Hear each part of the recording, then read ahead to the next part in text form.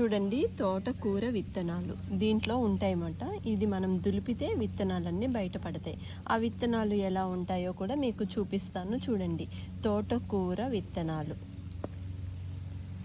చూడండి, ఇప్పుడు నేను దీనిదంతా కూడా మొత్తం అంతా దులిపేసాను. దులిపేస్తే తోటకూర విత్తనాలు ఎట్లా ఉంటాయో కూడా చూపిస్తాను మీకు. చూడండి, ఇదంతా దీనంతా ఇలా ఇలా దులిపేసాను అనమాట. దులిపితే దాంట్లోకి వెళ్ళి మనకి సీడ్స్ వస్తాయి. ఇప్పుడు ఇదంతా కూడా మీకు ఇందులో ఎలాంటి సీడ్స్ ఉన్నాయో తోటకూర విత్తనాలు మీకు చూపిస్తాను.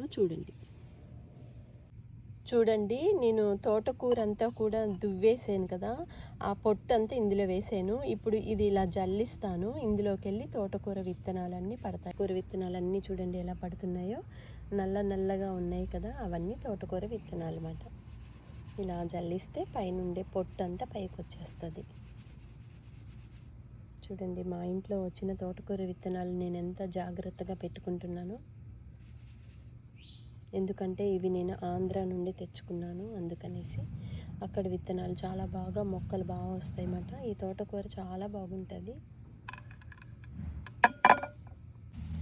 చూడండి, మా ఇంట్లో వచ్చిన తోటకూరని నేను డ్రై చేసాక విత్తనాలు తీసాను. ఇదిగోండి విత్తనాలు ఎంత బాగున్నాయో చూడండి. దాని సీడ్స్ నెక్స్ట్ ఇయర్ మళ్ళీ నేను తోటకూర ఫ్రెష్గా వేసుకోవచ్చు.